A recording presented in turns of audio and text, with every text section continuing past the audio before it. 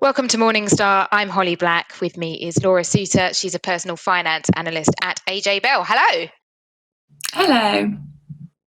So we're coming up to the end of the tax year, and a lot of people are looking at their ISAs and maybe thinking of having a spring clean. So what are some of the things we should be looking at the moment? Yeah, so lots of people will have looked at their ISA over the year. They'll have bought and sold some investments. They'll have tweaked things as markets have gone up and down, perhaps, or they've got more money in. But it's really good once a year to just kind of take a step back, look at your portfolio as a whole, look at what's happened to it over the past year, what's gone up, what's gone down, what things you might want to sell, and to really look at it as an overall portfolio rather than tinkering with individual investments.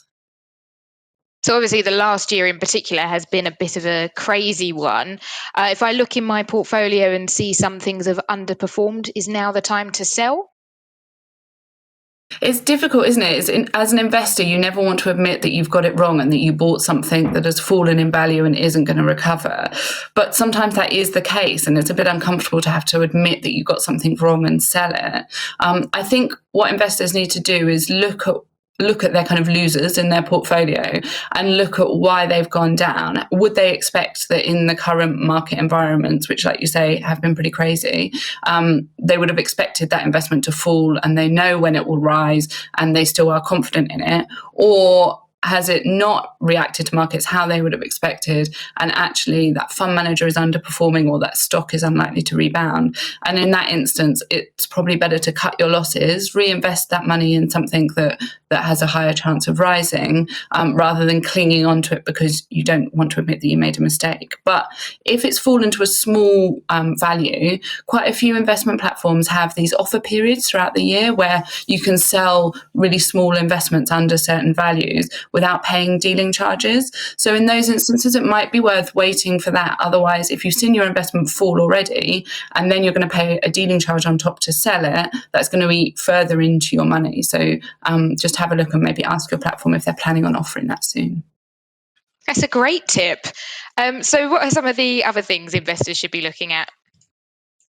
So you don't want to just focus on the Debbie Downers. You want to look at your investments that have done really well as well, and also make sure you don't have too much money in them. So over the past year, we've obviously seen kind of a game of two halves in some investments, and so some of your stocks or funds might have shot up in value. And while you'll think that's great, you might want to look at maybe selling some of those gains, not selling the entire investment, but just selling some of the gains down and reinvesting it elsewhere. Otherwise, you're going to end up with a really large percentage chunk of your portfolio in one investment or reliant on one fund manager or one stock. And that doesn't mean that you don't have conviction that it won't keep rising. It just means that you want to take some of that risk off the table and make sure that your investments aren't all kind of concentrated. And that could be stock specific, it could be fund manager, or it could be a sector in general. So you could look at your portfolio now and realize that you've got a really large chunk in US stock markets, for example, or in bonds.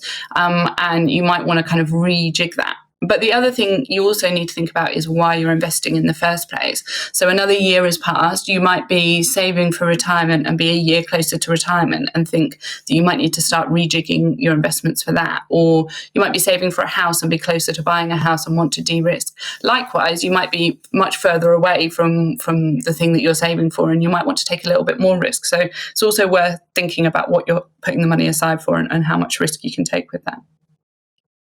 Fantastic. Laura, thank you so much for your time. For Morningstar, I'm Holly Black.